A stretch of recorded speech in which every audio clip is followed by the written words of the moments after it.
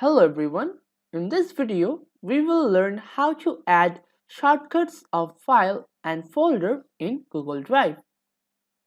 So a shortcut, it allows you to go to another file or folder without completely entering that file or folder. That means it is like a shortcut to your file or folder. So this is how we are going to implement this video. Now let's get started. So now I am in my Google Drive. So let's say I'm going to enter this folder. So let's say I'm going to create a shortcut of this slide, Google slide. So I will have to right click on it, left click on add shortcut to drive.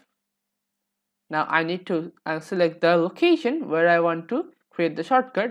Now I'm going to select my drive and click on add shortcut. Now it is saying adding shortcut and shortcut added to my drive.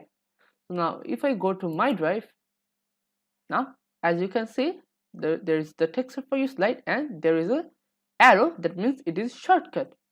So if I open it,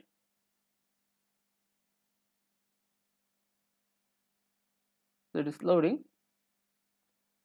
So this is the Google Slides document that was shortcutted.